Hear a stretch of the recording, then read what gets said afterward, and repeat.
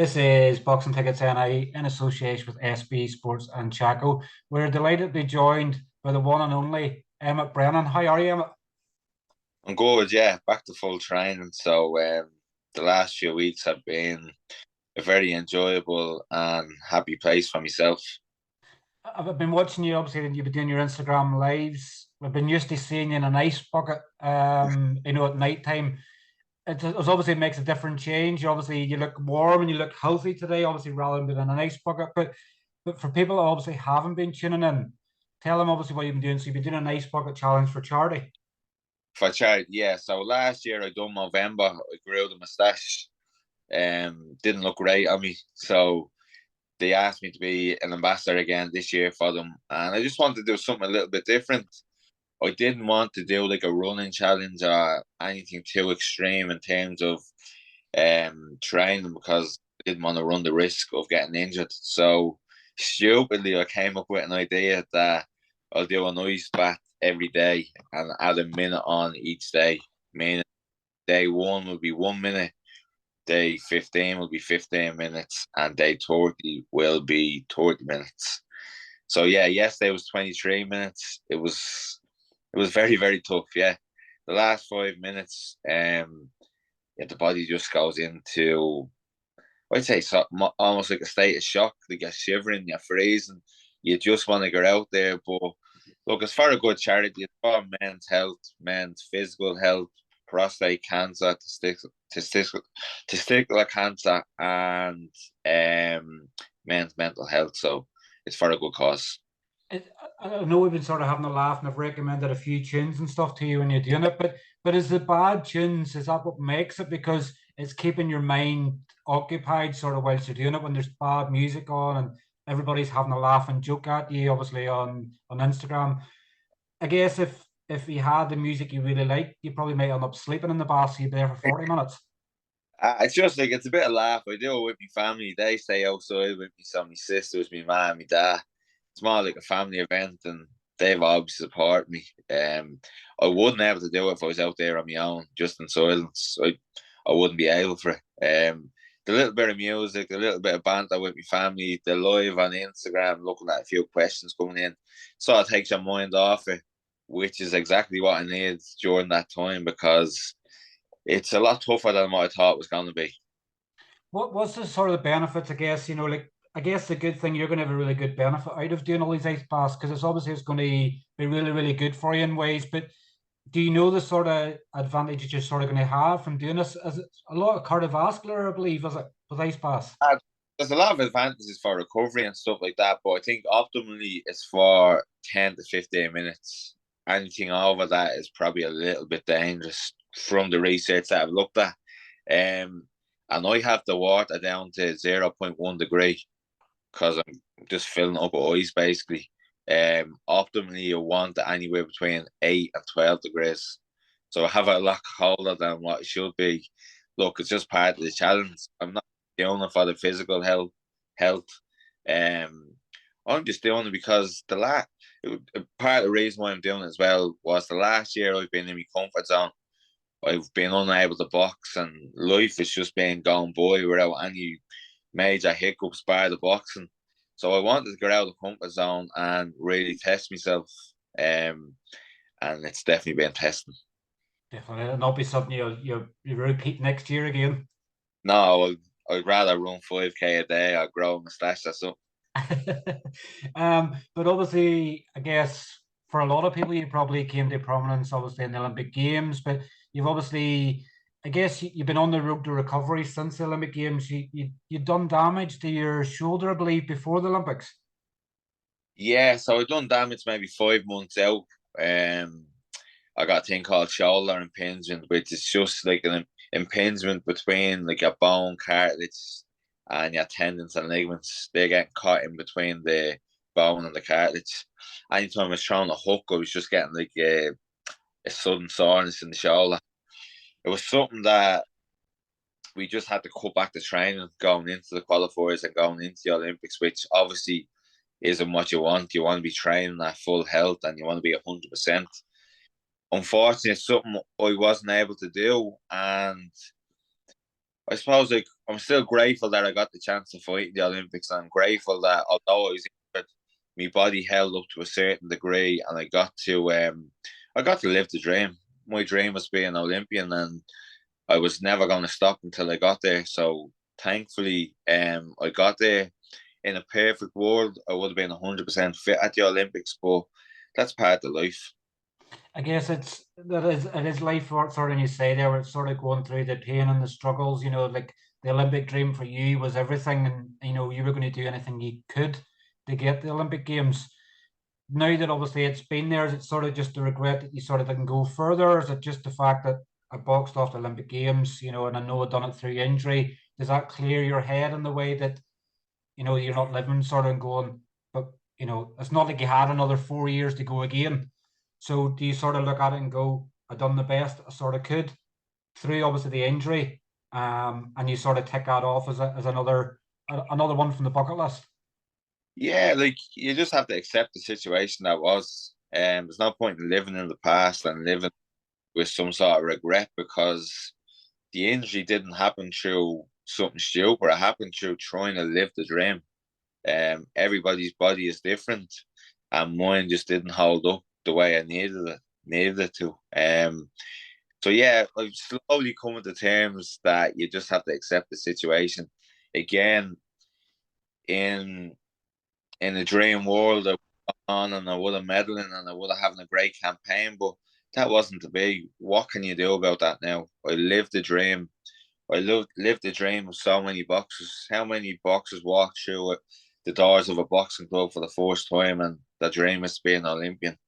We had some excellent fighters out of this country that never made it to the Olympics, and I did. So I accepted what was, and I'm happy with what I done with the amateur side of things. It must have been a tough time as well, because obviously, the qualifiers for the Olympics and stuff like that ended up being through COVID, and they were cancelled and everything else. I'm sure your mind was going boogly at the fact that, is these Olympic Games going to happen? Are we going to get to do the qualifiers? How are they going to get other people in? And obviously, then you finally got the chance to have a box off. Was it really, really tough going? Do you know, or he's really well kept informed of what was happening? He's still going to get the chance. Yeah, from what I can remember, it's so long ago now, but from what I can remember about, we were well informed, but I was just in the mindset that I was going to be an Olympian and nothing was going to get in my way. So I trained like a madman through COVID. If anything, it probably spurred me on, because I had a little bit more time to myself. The whole world had slowed down, but there was nothing that was going to get in the way of me from qualifying. So yeah, it probably didn't hinder me too much. But I did get the injuries in that period of COVID. So yeah, it probably hindered me physically, but mentally, I was always well aware that I was going to be an Olympian. And I guess that sort of focus and stuff came from beforehand. Obviously, it's well documented. Obviously, you got credit union loans and stuff, so you could achieve your dreams. And obviously, the aftermath. Obviously, people tried to set up a GoFundMe, and it showed the sort of person that you were. You were going, don't want it, but that's showing how much people took to you. The fact that you had to sacrifice so much yourself to achieve your dream, that people wanted to pay it back for you. Yeah, I think Ireland, we like honesty and we like hard work, and we like people that have honesty and people that are hard working. So I think when a lot of people see my story, they probably seen a lot of that in themselves, and they're probably like, "Look, we want to help this kid." For me, I was very grateful for the help, but I knew what I had to do to complete my dream. I knew the consequences 2, 3, 4 years ago. I knew what had to be done. So that was part of the reason why I didn't accept the GoFundMe, because this was on me. It was a sacrifice that I had to make to be an Olympian. And I have no regrets about doing it. It cost me a lot of money. It cost me a lot of time. It cost me a lot of my personal life. But I knew that from the get-go. So yeah, that's where I was coming from. It's them memories that you sort of keep to yourself, knowing with your hard work and your dedication that you got there without someone else having to. Not that you wouldn't have wanted, sort of, if you'd have had big glamour sponsorship in the build up, it'd been 10 times better. But for you, it was all for you. That was it in a nutshell. Yeah, it was part of the process. It was part of me getting there. It's part of my journey. Um, looking back, it was one hell of a journey. I don't think many people would have been on a similar journey to me, because most people that get to the Olympics are funded throughout the process of the Olympic journey. I wasn't. And it's probably what makes my story a little bit more unique than others. And yeah, it's part of my journey. It's part of my story. I'm very proud of it. Very proud to have fought through that adversity and been able to keep battling on. And that's part of my character. And I'll bring that into the pro game. You're 31 years of age now. I guess sort of rolling back a bit, what age did you start out boxing, and why? I guess, you know, I see some crazy stories and hear some crazy reasons why people get involved, but at what age were you when you started out, and why was it? Was there a history in the family, or was it just something you wanted to do yourself? Yeah, so I started at 10, so I'm boxing like 20, 21 years now, most of my life. I suppose my father's in-law's brother was the coach in the local boxing club, and he tried to get me down before I was maybe eight or nine. Wasn't really into it. I was a good soccer player as a kid, and I was just playing football one weekend, and it was actually a teammate of mine gave me a dig in the head. We were just fighting, and I just started crying. I couldn't really defend myself. It's all that fight or flight moment where I just went into my shell and started crying. Couldn't really defend myself, and my father was just like, "Right, we're going to bring you down to Jimmy and St. Saviour's and get you into the boxing club." And the second I walked through the doors of St. Saviour's, I was hooked on it. Like, it was a real old, like, smelly, sweaty gym, and like, we had some serious talent in the club at the time. And yeah, I was hooked from the day I walked into the club. How did you sort of find, and I guess from sort of in some ways being bullied and, you know, being punched and in tears, to then obviously learning how to fight and defend yourself? Did you find any sort of struggles or strains with that? Because I guess the first rule of fight clubs, don't speak about Fight Club, but I guess the first rule of obviously being involved in boxing is you don't go looking for fights. You know, particularly being in school and stuff as well, and people knowing that you were a boxer. Did you find any challenges sort of with that? You know, if somebody's going, if you speak to me like that again, I'm like, my mate Emmet to knock you out because he's a boxer. Did you find any sort of weird things with that, or was it just Um, head down? Never had any troubles. Like, I've never really fought outside of boxing. Like, don't get me wrong, and when I'm in the ring, I'm coming to hurt people and I'm coming all day. But outside the boxing ring, I'm not a violent person. Never have been. And I think because boxing learns people so much about life. It learns you discipline, it learns you what's right and what's wrong. Um, You'll find like a lot of boxers outside of the ring, it's the last thing they want to be doing. Like, when they're in the boxing club 4, 5, 6 nights a week, they have enough fighting going on in their hands. But outside of the ring, I was very, very rarely get in trouble. I guess in boxing in some ways can mature you very, very quickly and can sort of make you grow up very quickly because you have to live that disciplined lifestyle. You can't just go boxing and then go to the chippy on the way home, you know. So you have to fight the urges of life and going, I love a fish supper. You know, it's like I have to know what I'm doing. When you were sort of growing up, who did you sort of look to as idols, and, you know, in the sport? Did you sort of, you know, I guess at that time probably still had Mike Tyson and stuff around. Who did you sort of look to as inspiration? Yeah, so I was in St. Saviour's at the time of Darren Sutherland. And he was my idol from the second I walked through the doors. And I think that's where my fascination on the Olympics came from, because obviously he went to Beijing in 2008.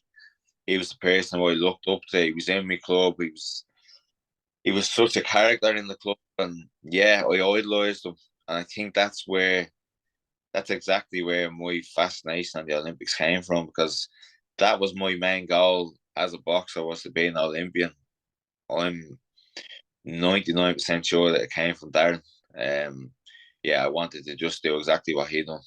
And what a fighter he was. Like, I know everybody still looks back in his memories and going, it's one of them what if moments, you know, if obviously Durham was still boxing, there was no doubt he was going to be a world champion. But I guess it's that good inspiration to have because it was someone closer to home for you. So it was probably more realistic for you then to become an Olympian because you'd seen someone going through the process. You seen it done day in, day out. Probably made your dreams easier to achieve. Yeah, of course. Just saying, like I remember him coming back with the bronze medal into the club, and I was just fascinated with it. And I was always fascinated by how he boxed, his style, how he trained. He always ticked the boxes. He lived a great life. He was the pure professional. He done everything right. And looking back, how lucky was I as a kid to see that in front of me, because not every kid gets to see that day in, day out. And yeah, he definitely had a big part in my journey.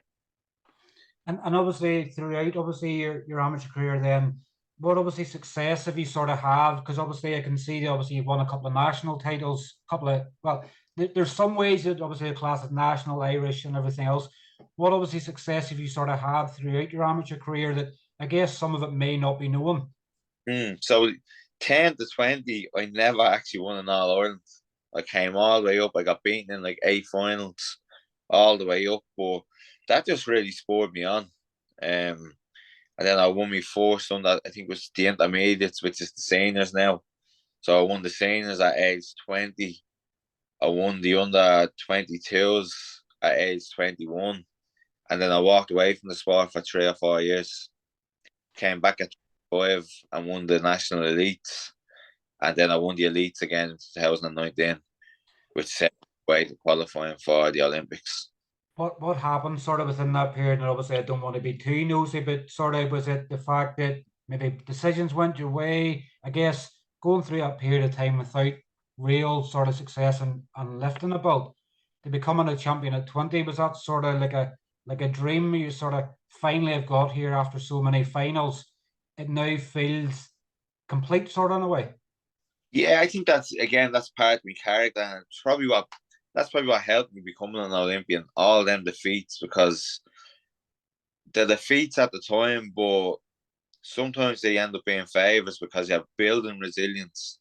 You're learning to train that little bit better, that little bit smarter. So I tasted defeat so many times, and then when I got to 20, I was just like, Jesus Christ, is this ever going to happen? But I just stuck at it and stuck at it, and that's the resilience in me. I got over the line, but I'd say that was only like an intermediate. Well, for me at the time, it was an intermediate and another 22. My first real title was the elites in 2017. That's when I realised the potential of becoming an Olympian was real. Is it that sort of realization as well that you're the best, you're the best at that time, and then it's where do you flick a switch to the next level? It's now you've done this, now you can get the Olympics, now you can chase that dream. And I guess from 2017 to obviously when it was, you didn't have to dream for too long. Yeah, you don't have to train for too long, but it's still 4 years, 2017 to 2021, still a long time. Um, and a lot happened in that time. Like I got injured, I came back. I lost my spot at number 1. The first elites I won was at 75. I ended up going to the Olympics at 81 kilo. Um, so although it's only a small amount of time, a lot can happen. Boxing is a funny game, and think there's so many highs and so many lows. But look, it was all worth it in the end. I guess it's them transgressions in life sort of where nothing's come easy, where you've obviously had to come through injuries, you've obviously had to come through obviously disappointment and things. Does that sort of make you the person that you are today? I'm at 31, where knowing that you sort of nearly become bulletproof in a way at the fact that no matter what life challenges you, you know you can get a way around it. Yeah, mindset and mentality was, look, no one's bulletproof, but I'm as close to it as I can be. I'm very, very strong. That's probably the strongest part of my game. Mentally, I know I'll tick all the boxes, and I know I'll get to where I want to be. And I suppose all them defeats, all the lows, learning from the lows, building that resilience, that all stands with you in boxing and outside the boxing. Because look, boxing's only a small part of the game. You have to be happy outside the ring to perform your best inside it. And I've definitely feel like I've built that resilience to be the best I can inside and outside of the ring. And and and obviously now well, not even the dream, but obviously the next steps for you is that's obviously you finished with amateur boxing. Obviously, start of 2023, you're going to obviously turn pro. Where did where's the sort of pro ambition then sort of came from? Was that always in the head that you just needed to find the right moment, or is it just with turning 31 now you're going, I've not a long left time in the sport. What can I achieve as a professional? Yeah, so like for me, the as we said, the Olympics was always the dream. But stylistically, my style suits professional boxing and never suited amateur boxing. I was a little bit slower. My game is sort of breaking people down. I've known that from like sparring, like 7, 8 rounds. I break people down, then I get them in the last stages. Um, but I couldn't do that unless I became an Olympian. I just couldn't walk away from the amateur side of things. Now I've done that. I've ticked the box. It's time to go pro. Take a few risks. Try to get to the top of the game as soon as possible. So as you said, we mentioned I'm 31. There's no need for me to be in the ring with a journeyman. It just makes absolutely zero sense. So I want good fights from the very, very start. Start off at Celtic, then look at the Irish title. Try and move up through the ranks in Europe. Get a European shot, hopefully in the next 2 or 3 years. Once you're there, you look at Padraig McCrory. That's sort of similar route that he went. Once you're there, anything can happen. I guess it's sort of one that it's something to touch on you as well, because like 31 is nearly like 21 now. We've had so much success in Irish boxing this year. You'd Paddy McCrory, obviously ABO belt. Eric Donovan realised his dream at 37 and becoming the EU champion. Dennis Hogan at 37, I think, obviously becoming the ABO champion. Anto Kakachi, obviously with his success. Do you sort of look at these I would sort of say the top five, there's probably more there. You've obviously Dara Foley there as well, obviously out in Australia as well. Do you look at these guys that's a few years older than you and look at them as an inspiration to go, I can still do this? Yeah, 100%. Like I'm back training now and I feel great. I live a lot better life now than I did 10 years ago. I don't drink, I eat correctly, I train correctly. So I'm ticking all these boxes that I wasn't ticking 7, 8 years ago. So I'm probably in a better mind frame now at 31 and have a better chance at succeeding at 31 than I do at 21, 22, 23 with the lifestyle that I was living. We all mature at different times and I'm just matured at the right time. In terms of my boxing ability, I've gone back sparring in the last maybe 4 weeks and I feel like I haven't even hit time yet. At 31, I still feel I have 4 to 6 years left in the tank. I'm feeling great. Loving being back in the sport, and I just can't wait to get going. Guess it's a sort of perfect time as well, this sort of turnover as well. Obviously, I know you don't live too far away from Croke Park, and there's a certain greatest woman of all time. It looks like it's finally going to happen this year that Katie's going to fight in Croke Park. I guess that's another good reason to turn pro as well. But I guess you probably maybe be realist in the way at the fact that you probably nearly have to progress very, very quickly to maybe potentially get a shot on the card. Yeah, so I don't think there's any boxer that lives closer to Croke Park than me. I can throw a stone from the front of the house and hit Croke Park. Um, I've been going to Dublin matches all my life. My whole family have lived here the whole life. Um, my family have lived here. My ma owns this house 45 years. She's grown across the road in Ballybox 65 years ago. So, yeah, we're born and bred in this area, and of course, it would be the dream to get there. Again, I know I have to make a big statement in the next 6 months to get there. So, I'm aiming for my debut for a title. I want the silver middleweight Celtic title in the debut. And I think because I boxed at such a high level, I've over 200 amateur fights. I don't really see a reason why I couldn't get it because if you look at it in terms, I am more experienced than the champion and people that have boxed for it before. So I'm going to push the boat out, try to get a Celtic title in the debut. And then from there, we look for 2 or 3 more fights before the end of April. Looking for bigger names again. Trying to push myself as far as possible to grant that show because it will be a dream. Like I'll have this whole area going to Croke Park. I guess in some ways, I know that obviously Jamie Morrissey is obviously the champion at 168. For you, probably maybe, I'm not sure obviously what way the BA will take it, obviously because your Olympic experience and everything else, but you may have to fight a 6-rounder.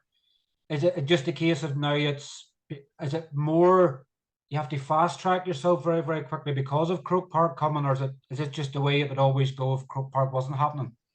Yeah, even if Croke Park isn't happening for me, I want that Celtic title in my force fight, because we talk, what's the point of me fighting Journeyman? There's 0 point. Ola is just at 100% now, so I'm ready to go.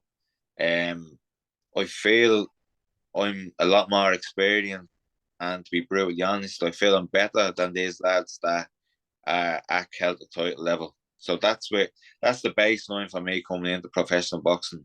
My dreams and aspirations are a lot further down the line than Celtic title. How are you looking forward to, obviously, I guess the fact that I guess you're very outgoing already, and you're obviously very marketable in the fact that you're out doing interviews and everything else, so you know what you need to do. How much are you looking forward to the nitty gritties of obviously professional boxing and having to sell tickets and having to promote yourself and everything else? Is this just something that will come easy to you? Yeah, it's part of the game. Like it is a business, and your brand is what sells you.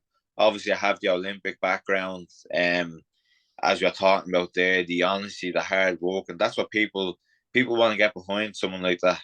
So I think it's not going to be easy, but it's going to be easier to sell myself because people have seen my story from the Olympics. I have a very, very good coming forward style. I'm going to be in great fights, and I want to fight the best. We had a chat earlier about these boxing shows. You need Irish people fighting Irish people to build boxing in Ireland. It's the only way it can be done. You got to be going in the deep end, testing yourself against the best in the country.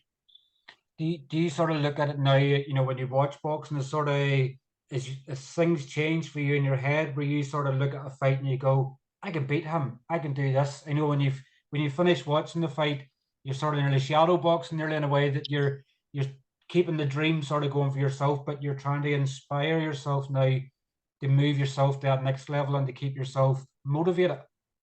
Yeah, I'd say like for me, my greatest asset is my mindset and my experience. So I'm looking at people, I can make great game plans in my head.